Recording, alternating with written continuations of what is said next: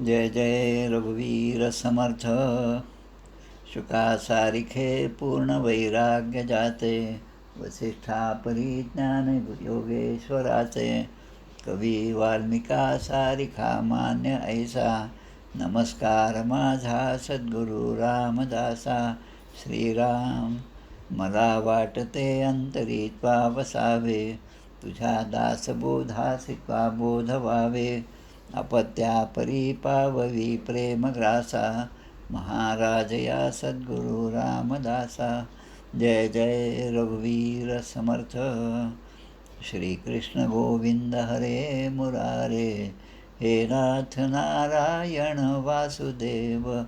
प्रद्युम्न दामोदर विश्वनाथ.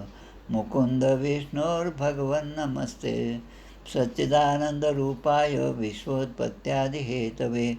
तापत्रय विनाशाय श्रीकृष्णाय वयं नमः. वसुदेवसुतं देवं कंसचाणूरमर्दनं. देवकी परमानन्दं कृष्णं वन्दे जगद्गुरुं. कृष्णाय वासुदेवाय हरये परमात्मने. प्रणतक्लेशनाशाय गोविन्दाय नमो नमः. कृष्णकमलपत्राक्षं पुण्यश्रवणकीर्तनं. वासुदेवं जगद्योनिं नौमि नारायणं हरिं. कृष्ण कृष्णेति कृष्णेति यो मां स्मरति नित्यशः. जलं भित्वा यथा पद्मं संसारात् उद्धराम्यहं. कृष्णाय वासुदेवाय देवकीनन्दनाय च. नन्दगोपकुमाराय गोविन्दाय नमो नमः. नमः पङ्कजनाभाय नमः पङ्कजमालिने. नमः पङ्कजनेत्राय नमस्ते पङ्कजाङ्ग्रे. गोपाल कृष्ण भगवान की जय. जय जय रघुवीर समर्थ. श्री भगवानुवाच. ज्ञानं परमगुह्यं मे यद्विज्ञानसमन्वितं. सरस्यं तदङ्गं च गृहाणगदितं मया. यावानहं यथा भावो यद्रूपगुणकर्मकः. तथैव तत्त्वविज्ञानमस्तु ते मदनुग्रहात्. अहमेवासमेवाग्रे नान्यञ्जत्सदसत्परं. पश्चादहं यदेतच्च यो वशिष्येत सोऽस्म्यहं. घृतेर्थं यत् प्रतीयेत् न प्रतीयेत्यात्मनि. तद्विद्यादात्मनो मायां यथा भासो यथा तमः. यथा महान्ति भूतानि भूतेषु चावचेष्वनु. प्रविष्टान्यप्रविष्टानि तथा तेषु न तेष्वहम्. एतावदेव जिज्ञासं तत्त्वजिज्ञासनात्मनः. अन्वयव्यतिरेकाभ्यां यत् स्यात् सर्वत्र सर्वदा. एतन्मतं समातिष्ठ परमेण समाधिना. भवान् कल्पविकल्पेषु न विमुह्यति कदाचित्. गोपाल कृष्ण भगवान की जय. नवमस्कंध अवतरणिका. नवमस्कंध अध्याय प्रथम. वर्णिला वैवस्वत पुत्र सुद्युम्न. मनुचे 5 पुत्र उत्तम प्रशदाद्री द्वितीयात. तृतीयात चवन ऋषी विवाहित झाला सुकन्याशी. नाभाग अंबरीश कथेशी निवेदिले चतुर्थात. दुर्वासा दुःख निवृत्ती पंचमात सांगितली ती. इक्ष्वाकू मागधाता सौभरी कथा ती षष्ठात. त्रिशंकू हरिश्चंद्र कथा सप्तमी. सगरचरित्र अष्टमी. भगीरथ कथा नवमी गंगावतरणा. श्रीरामलीला दशमी एकादशी. इक्ष्वाकू वंश बेल द्वादशी. निमी वंश त्रयोदशी. चतुर्दशी चंद्रवंश. ऋचिक जमदग्नी परशुराम. पंचदशी कथा उत्तम. षोडशी क्षत्रिय संहारण वंश विश्वामित्राचा. क्षत्रवृद्ध व्रजी राजवंश. सप्तदशी कथा सुरस. ययाती चरित्र अष्टादशास. 19 वैराग्य त्याचे. पुरु दुष्यंत भरतकथा. 20वी निवेदिता. भरतवंश रंतीदेव कथा. 21ध्यायी. पांचाल कौरव मगधवंश. 22व्यात सुरस. अनु द्रयू तुर्वसू यदुवंश. 23व्या बाजी. विदर्भ वंश वर्णन. 24व्यात केले कथन. ऐसा नवमस्कंध पूर्ण. पुढे दशम पूर्वार्थ. गोपाल कृष्ण भगवान की जय. जय जय रघुवीर समर्थ. श्रीराम जय राम जय जय राम. ज्येष्ठ पौर्णिमा सह ज्येष्ठ वद्य प्रतिपदा शके 1946. आतापर्यंत आपण श्रीरामांच्या अन्य लीला या आपण मागच्या अध्यायात पाहिला. आणि त्यापूर्वीच्या अध्यायामध्ये श्रीरामाच्या जन्मापासून त्यांचे पूर्वज जे आहेत म्हणजे सूर्यवंश हा पूर्णपणे आपण पाहिला. याच सूर्यवंशामध्ये झालेले इतर राजे जे आहेत म्हणजे इक्ष्वाकूचा वंश, निमीचा वंश, हे सगळे जे आहेत ते आता आपल्याला आजच्या या 2 अध्यायात पाहायचे आहेत. अथ द्वादशोध्याय. हा इक्ष्वाकू वंशाच्या अन्य राजांचे वर्णन शुकदेव सांगत आहेत आपल्याला, म्हणजे आपल्या परीक्षिती राजाला सांगत आहेत. त्यानंतर मैत्रेय विदुरांना सांगत आहेत. त्यानंतर सूतजी शौनकादी ऋषींना सांगत आहेत. याप्रमाणे हे सगळी प्रवाह जो आहे गीता भागवत देव उच्चारिता, म्हणजे या गीता भागवत या सगळ्या ग्रंथांचा अभ्यास आणि नंतर त्यामधलं तत्त्वज्ञान सगळ्यांना सांगण्यामध्ये श्रुती आणि स्मृती ह्या 2 भाग जे आहेत ते फार महत्त्वाचे आहेत. त्यामधलं श्रुती म्हणजे जे आपण ऐकलं ते पुन्हा दुसऱ्याला सांगणं, आणि स्मृती म्हणजे जे आपण ऐकलं त्याची जशी आपल्याला आठवण येईल त्याप्रमाणे ती इतरांना सांगणं, म्हणून श्रुती आणि स्मृती. आणि नंतर वेद आणि उपनिषद, सगळ्या भगवंताचं गुणगान हे जे आहे ते सगळं आपल्या उपनिषदांमध्ये आणि वेदांमध्ये आहे. त्यामध्ये कर्मकांड आहे, ज्ञानकांड आहे, भक्तियोग आहे, सगळंच आहे. आता अशा परंपरेमध्ये, अशा थोर परंपरेमध्ये ज्यांचा जन्म होतो किंवा अशा अधिकारी पुरुषांचा अनुग्रह ज्यांना प्राप्त होतो ते किती धन्य असतील.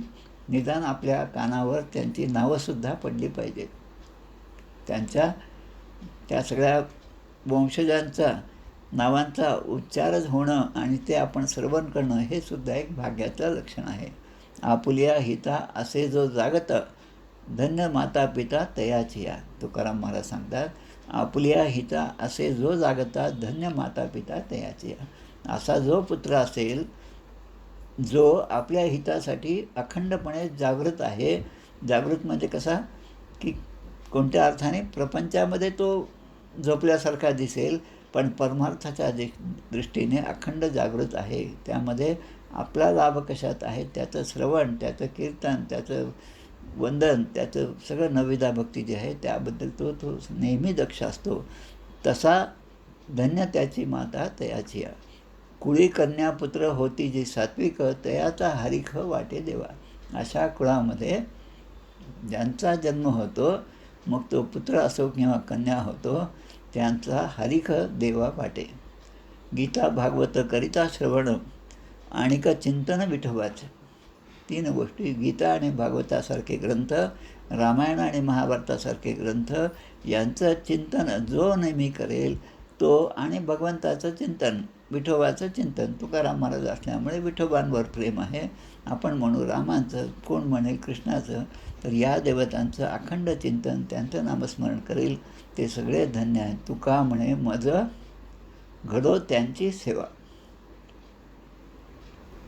तुकाराम महाराज स्वतःकडे असा कमीपणाचा भाव घेतात आणि मला अशा ठिकाणी ज्यांचा जन्म झाला त्यांची सेवा मला घडो असं मागणं तुकाराम महाराजांनी मागितलं.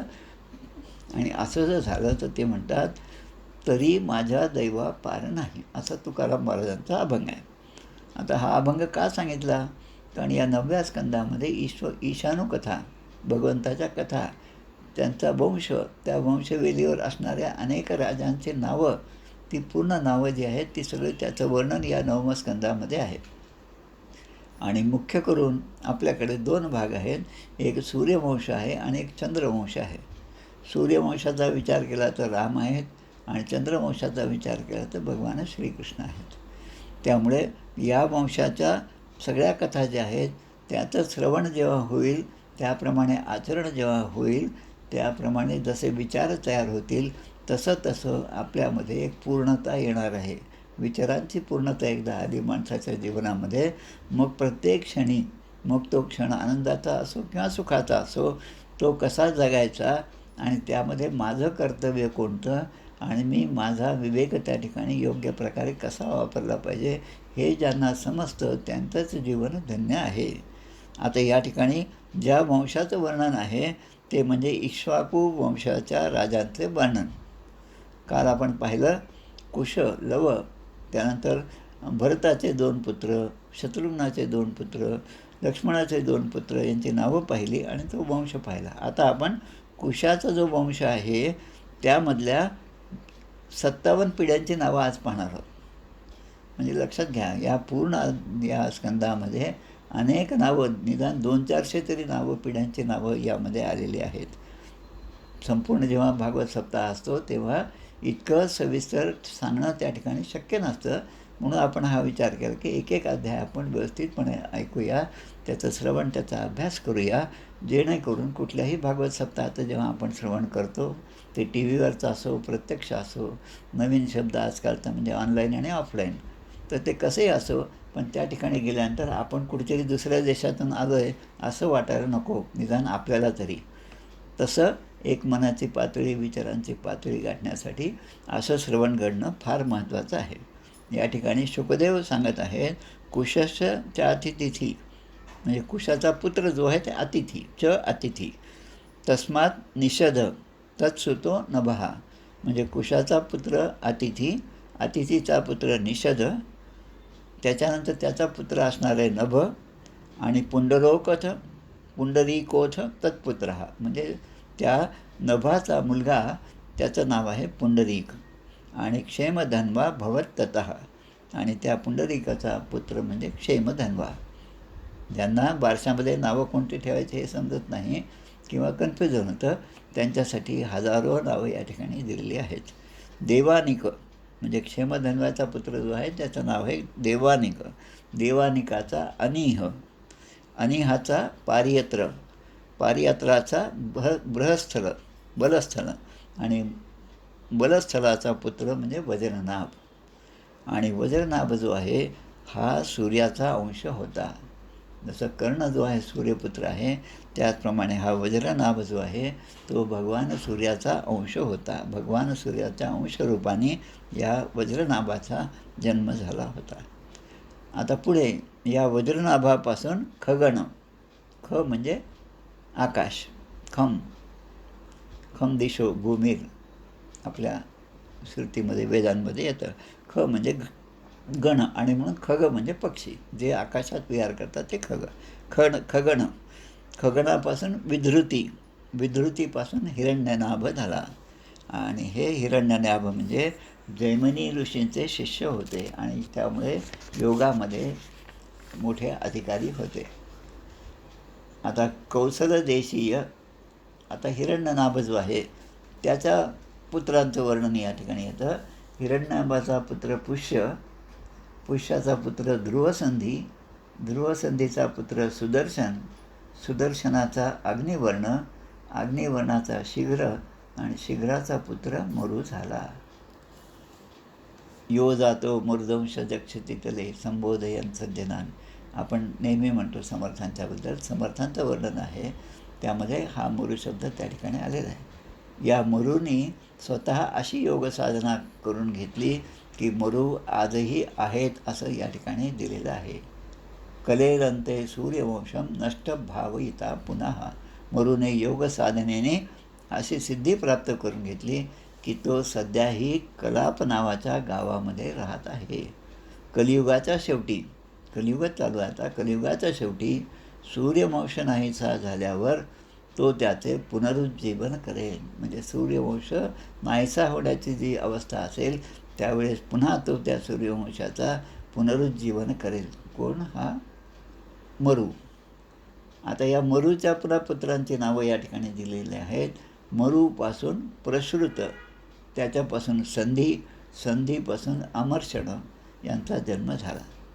अमर्षणापासून महस्वान, महस्वानाचा पुत्र विश्वसाहव, विश्वसाहवाचा पुत्र प्रसेनजित. आता प्रसेनजित हे नाव पुढे पण आपल्याला येणार आहे. प्रसेनजिनाचा तक्षक, तक्षकाचा बृहद्वल, आणि हा बृहद्वल जो आहे हे पुन्हा महाभारतामध्ये हे पात्र येणार आहे की बृहद्वलाला तुझ्या पित्याने, शुकदेव परीक्षिती राजाला सांगत आहेत, या परीक्षिती राजाचे वडील म्हणजे अभिमन्यू, या बृहद्वलाला तुझ्या पित्याने म्हणजे अभिमन्यूने मारले. ततो बृहद्वलो यस्तु पित्रा ते समरे हतः, समरे म्हणजे समरामध्ये, रणांगणामध्ये, समरे हतः, हता म्हणजे त्यांना मारलं, त्यांना ठार केलं, अभिमन्यूने मारलेलं आहे. असं शुकदेव सांगत आहेत. आत्तापर्यंत 28 राजांचं वर्णन झालं.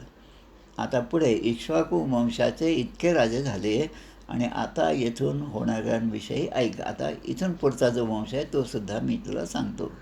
या अध्यायामध्ये पूर्णपणे 16 श्लोक आहेत आणि 16ही श्लोकामध्ये त्या वंशातील राजांचं वर्णनच आहे. म्हणजे एका दृष्टीने याचं श्रवण आपल्याकडून होत आहे, हे सुद्धा आपल्यासाठी भाग्याचंच लक्षण आहे. त्यानंतर इक्ष्वाकू वंशामध्ये हा बृहद्बल जो आहे की ज्याला अभिमन्यूने मारले होते, त्या बृहद्बलाचा पुत्र म्हणजे बृहद्रण. आता बृहद शब्दाचा अर्थ मोठा, अजस्त्र, ज्याची सीमा नाही असा. बृहदेश्वर नावाचं एक खूप मोठं महादेवाचं मंदिर आपल्या तंजावरमध्ये आहे. तंजावराच्या मठामध्ये जेव्हा जाल तेव्हा त्या ठिकाणी जाऊन सगळेजण मुद्दाम त्याचं दर्शन घ्यायला जातात. इतकं मोठं आहे ते की त्याची सावलीसुद्धा जमिनीवर पडत नाही, एवढा उंच त्याचा तो काय म्हणतो त्याला आपण शिखर आहे. सूर्याची सावली वर जरी कितीही वाजता तुम्ही जा ती जमिनीवर पडत नाही. आणि त्याचं वैशिष्ट्य असं की जेव्हा त्या ठिकाणी उत्सव होतो तेव्हा तिथले पुजारी त्या कळसापर्यंत वर चढून जातात आणि मग तिथला दिवा जो आहे तो त्या ठिकाणी तो दिवा लावतात. त्या ठिकाणी तो दिवा लावण्याचा सुद्धा एक मोठा उत्सव ऑनलाईनमध्ये अनेक वेळा दरवर्षी आपल्याला पाहायला मिळतो. तो बृहद शब्दाचा तो अर्थ झाला. आता ह्या बृहद्रणाचा उरुक्रियाचा वत्सवृद्धाचा प्रतिव्योमाचा भानू आणि भानूचा पुत्र होईल तो दिवाक. त्याचं नाव दिवाक. सहदेवस्ततो वीर बृहदस्व भानुमान प्रतिकाश्रो भानुमतः प्रतिकोथ तत्सुतः. दिवाकाचा पुत्र म्हणजे सहदेव. आता पुन्हा तेच नाव आलं, नकुल सहदेवपैकी एक सहदेव नाव या ठिकाणी आलं. ही नावं द्विरुक्ती अशी होणारच आहे. सहदेवाचा बृहदश्वाचा भानुमान, भानुमानाचा प्रतिकाश्व आणि प्रतिकाश्वाचा पुत्र सुप्रतिक. सुप्रतिकाचा पुत्र मरुदेव. भविता मरुदेवोथ सुनक्षत्रोथ पुष्करः. मरुदेवाचा सुनक्षत्र आणि सुनक्षत्राचा पुत्र म्हणजे पुष्कर. पुष्कराचा अंतरिक्षाचा सुतपा नाव आलं की पुन्हा आपलं लक्ष गेलं पाहिजे. सुतपा आणि प्रश्निगर्भा ज्यांनी जे तप केलं त्यांना भगवंताचा अंश, भगवंताने त्यांच्या पोटी जन्म घेतला. ही सुद्धा कथा पुढे येते. आणि त्याचा अमित्रजितापासून बृहद्राजापासून बर्ही नाव मागे पण येऊन गेलं आपलं, प्राचीन बर्ही राजाची कथा. बर्हीपासून कृतंजयापासून रणंजय आणि रणंजयापासून संजय. आता संजयाचा शाक्य फक्त नावाचं त्याच्यामध्ये 57 पिढे या ठिकाणी दिलेल्या आहेत. संजयाचा शाक्याचा शुद्धोदाचा लांगलाचा प्रसेनजित. आता प्रसेनजित हे एकच नाव एकाच अध्यायामध्ये 2दा येऊन गेलेलं आहे. आपल्याकडे असतं आजोबाचं नाव नातवा ठेवतो तसं प्रसेनजित. आणि प्रसेनजिताचा पुत्र हा शूद्रक झाला. आणि शूद्रकापासून रणकापासून सुरथ. आता या सुरथ राजा जो आहे याचं नाव जे आहे ते आपल्या देवी काय आपण म्हणतो दुर्गा सप्तशतीमध्ये सुरथ राजाची कथा याची. वैश्य जो आहे तो आणि सुरथ राजा यांची कथा त्या दुर्गा सप्तशतीमध्ये येते. सुरथापासून या वंशातील शेवटचा राजा सुमित्र याचा जन्म होईल. म्हणजे आता सुमित्र हा कुशापासून झालेला हा सगळा वंश आपण पाहतो आहे. इक्ष्वाकूणाम अयम वंशः सुमित्रांतो भविष्यति यतस्तं प्राप्य राजानं संस्था प्राप्स्यति वै कलो. म्हणजे कुशापासून सुमित्रापर्यंत 57 नावपिढ्यांची नावं या ठिकाणी दिलेली आहेत. सुमित्रांतो भविष्यति, शेवटचा राजा हा सुमित्र होईल. यतस्तं प्राप्य राजानं संस्थां प्राप्स्यति वै कलो. म्हणजे इक्ष्वाकूचा वंश जो आहे तो सुमित्रापर्यंतच राहील. कारण सुमित्र राजा झाल्यानंतर कलियुगामध्ये हा वंश समाप्त होऊन जाईल आणि त्यावेळेस त्या वंशाचं पुन्हा पुनरुज्जीवन करण्यासाठी मरूचा जन्म होईल. असं या ठिकाणी 16 श्लोकांमध्ये हा इक्ष्वाकू वंशाचं वर्णन या ठिकाणी केलेलं आहे. असा हा अध्याय या ठिकाणी समाप्त होतो. आता आपण पुढच्या अध्यायाकडे वळूया. आज 2 अध्याय आपल्याला घ्यायचे आहेत. पुढचा अध्याय जो आहे तो सुद्धा तसा लहानच आहे, 27 श्लोकांचा तो अध्याय आहे. आपण इक्ष्वाकू वंशाचं वर्णन पाहिलं, त्यानंतर आता निमी वंशाचं वर्णन या 13व्या अध्यायामध्ये दिलेलं आहे. श्रीकृष्ण गोविंद हरे मुरारे, हे नाथ नारायण वासुदेव प्रद्युम्न